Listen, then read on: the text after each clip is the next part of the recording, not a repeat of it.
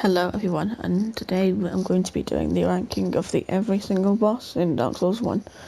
Now, I'm going to be splitting this video into two parts. I'm going to make the first part most likely... Well, actually, I might have right now, actually. I'll part 2 between like the 5th of May and the 8th of May. So, I actually recorded this video a couple of days early because there's only stuff I can upload right now. Now, I want to quick say that with all these bosses, I've not recorded yet, but I will deal with that. I will upload them eventually, but for now I'm just gonna put some gameplay in the background, which I'm doing right now. And just I'm actually I'm doing this. This is not actually just a random recording that I got. I was gonna make random character, but I got random character instead, so that's fine with me. Just make whatever, I guess. I'll do the ranking in a second. Just let me meet my character. Just have to do all this stuff.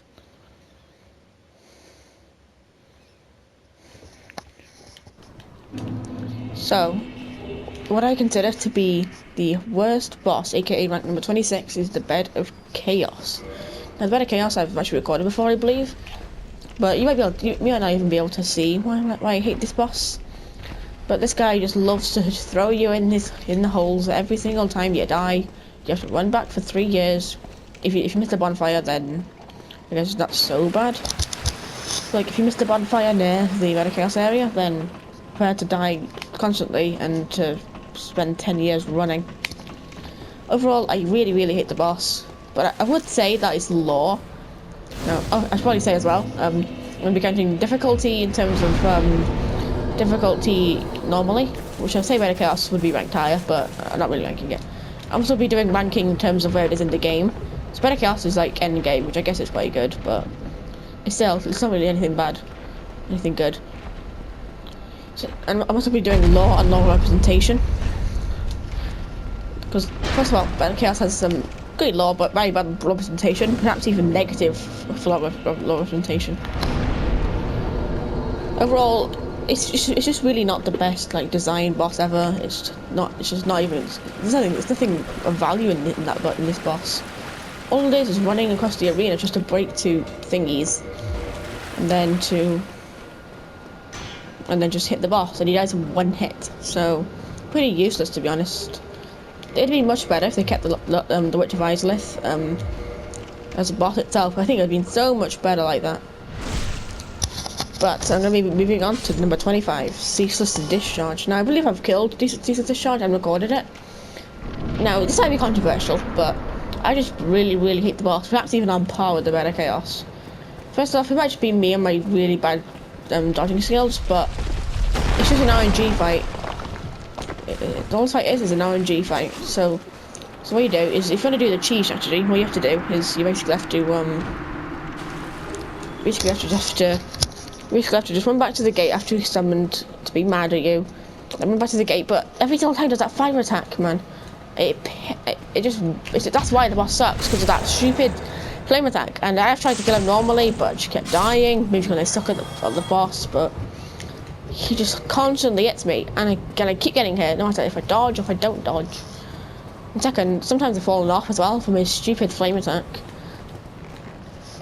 Overall, it doesn't really have much lore, but I do like his lore about his sister making the uncharged ring to help soothe his pain, but it's nothing really good either. It's nothing special at all. Number 24, the Demon Fire Sage. Another boss in the fiery hell with Dark Souls. We have the Demon Fire Sage. Now, Demon Fire Sage is just a reskin of the Asylum Demon, who I'm fighting right now. I don't know that mess, but whatever.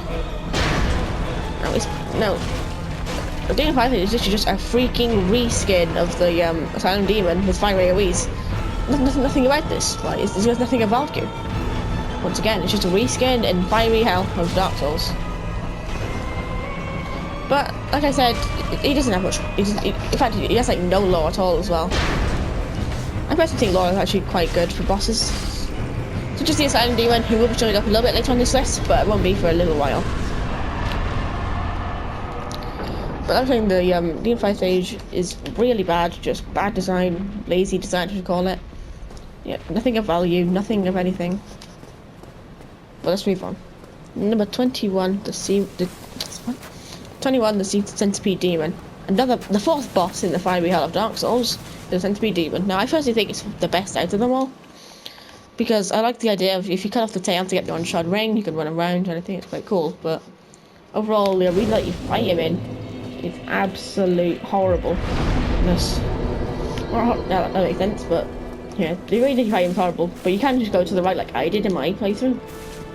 But it just takes forever, and you keep dying. So I can't even be bothered to do that. But for now, I personally think that Centipede Demon is the best out of the fiery hellscape, but it's definitely still a bad boss. Number 23 is Pinwheel. Now, I believe I've killed Pinwheel already. But Pinwheel is ranked 23 out of 26 for one reason. It's only because it's actually quite fun, but the sad thing is the fun doesn't last so long because he dies in 2 seconds if you have a strong enough weapon.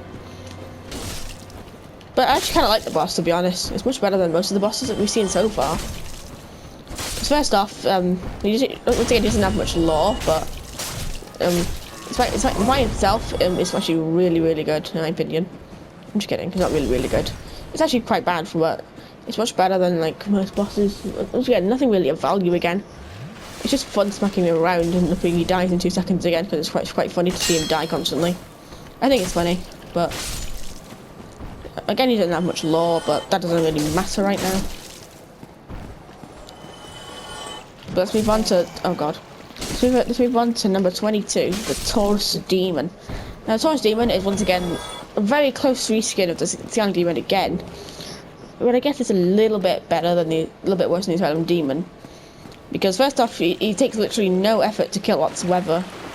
And second, he doesn't have any lore, and if he did have lore, it would be a bad representation because he sucks, so he's too easy. But now I will be ranking bosses in terms of, like I said, actual difficulty, because I quite like a difficult boss. But for now, I can't really just help but notice that Taurus Demon being mind-numbingly easy, boring, simple, nothing of value again.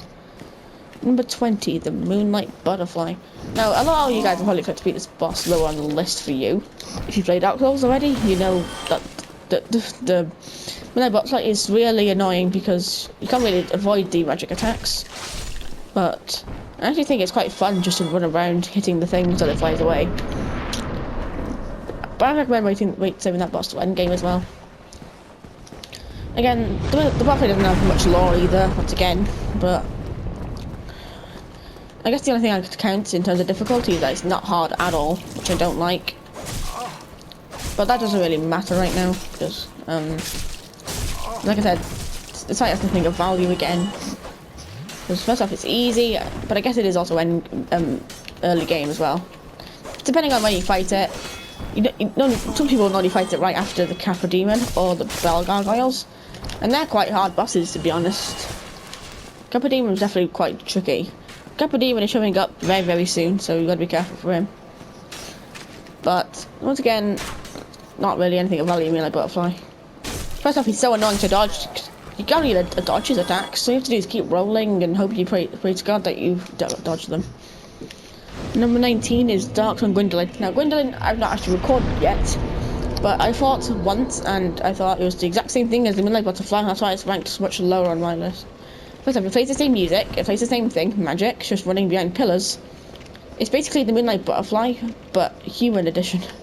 That's what Gwendolyn is. The Moonlight Butterfly remastered. So what you basically do in that fight is you basically go into an arena where it's just constant hallways with little ledges to hide behind while you avoid the magic. I would say it's much better design than the Moonlight Butterfly because actually it gives you a reason to dodge her attacks. But if you just like that very, very big attack full of flames, then they're prepared to get almost one-shotted by some of them. But I do think it's really annoying when she keeps going backwards and backwards and backwards until you kill her. I would say it's a little entertaining and a lot better design than the Moonlight Butterfly, but it's pretty much the same thing than the Moonlight Butterfly.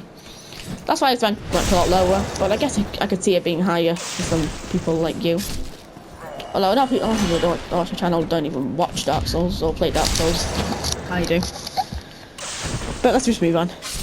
Number 18 is the Stray Demon. Now, the Stray Demon is, I think I've recorded the Stray Demon. I think pretty sure I have. But the Stray Demon is once again another damn reskin of the what was it, the Asylum Demon again. But I would say that you could say that the Demon Fighter would be better than the Stray Demon. But I think because of the location where it's placed in the game, makes it a lot more fair. Because the Stray Demon is like, you can fight the Stray Demon anytime you want, but I recommend trying to get after like bosses like the Quailag, I think it is. No, after Ceaseless Discharge. Overall, Stray Demon is a pretty bland, boring, reskinned boss. Nothing of value again, but it's much better than the reskin bosses. No, next on our list is the Asylum Demon, the better version of all the other reskins so far. The Asylum Demon, the only reason it's ranked high on my list is because of his pretty good lore about trying to stop the undead from escaping the asylum.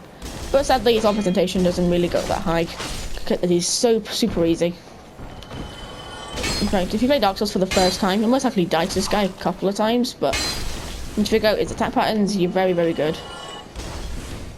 But once again, for like a boss, for the first boss in Dark Souls, it does hold pretty good difficulty placement in the game, because it's actually quite a good challenge for new players. I would say that's a bit too easy though for the early game. Next on my list is the Kappa Demon. Now the Kappa Demon is just annoying as hell. I would have ranked it lower if it wasn't for his what was it? Its difficulty.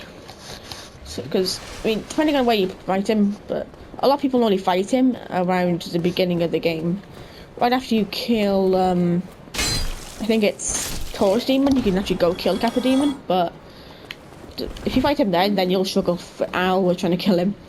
So that's why I ranked him a lot higher on my list, but I only fight him end game now.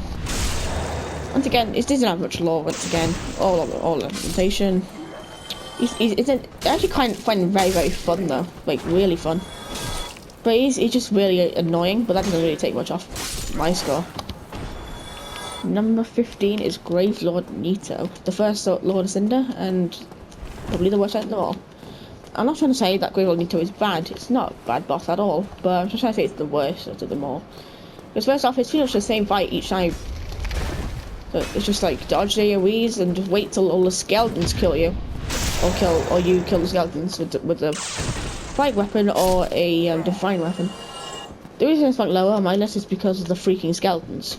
I think it's just annoying, and you can't really avoid them either, depending if you have a divine weapon, which you can kill them to get souls. But once again, it doesn't really have much to say. I don't have much to say about this boss either. Boring, nothing about it. But I will say that skeletons are probably the worst part. Nothing else is really bad though. Number 14 is Cosplay Priscilla. Now, Priscilla is another boss which I've not fought before. I'm just kidding. That's a lie actually. I fought the boss once, and I didn't really find it that fun at all. But I will say that the visual design of it being personally visible is really cool. Really cool in my opinion. But once again, nothing really special about the boss. It's just an invisible big crossbreed between a dragon and a human. I think it's a dragon, but I don't know. All you have to do is just stay behind, watch for the footprints in the snow, and hope to God that she does not hit you with her stupid scythe. Next, the final boss of today is the Iron Golem. Now the Iron Golem is in Sense Fortress, and I quite like the visual design of the boss once again. It's the same as the Asylum, not the Asylum Demon, whatever boss it was called. I forgot the boss name, but it doesn't matter what the boss is called. But I quite like the design of Iron Golem, because he fights on a freaking fortress. How bloody cool is that? So it's not that cool to be honest, but it is quite cool to fight on a Sense Fortress. But I will say that him just grabbing you is super annoying, resulting in probably a ton of broken controllers. But he is quite easy. They are quite easy to dodge. I would say the only main problem I have with it is it's just a bit too easy for where it is placed in the game. I think it's spot on for where it is in the game, but for me, where it's placed in the game, it's a bit too easy. But that's not really saying much. Right, so I'm going to be doing the part 2 in a couple of days. Goodbye. Now, before I go, I'm going to say that if you have any opinions on these rankings, you can let me know in the comments. But for now, I'm going to end the Dark Souls ranking here. Goodbye.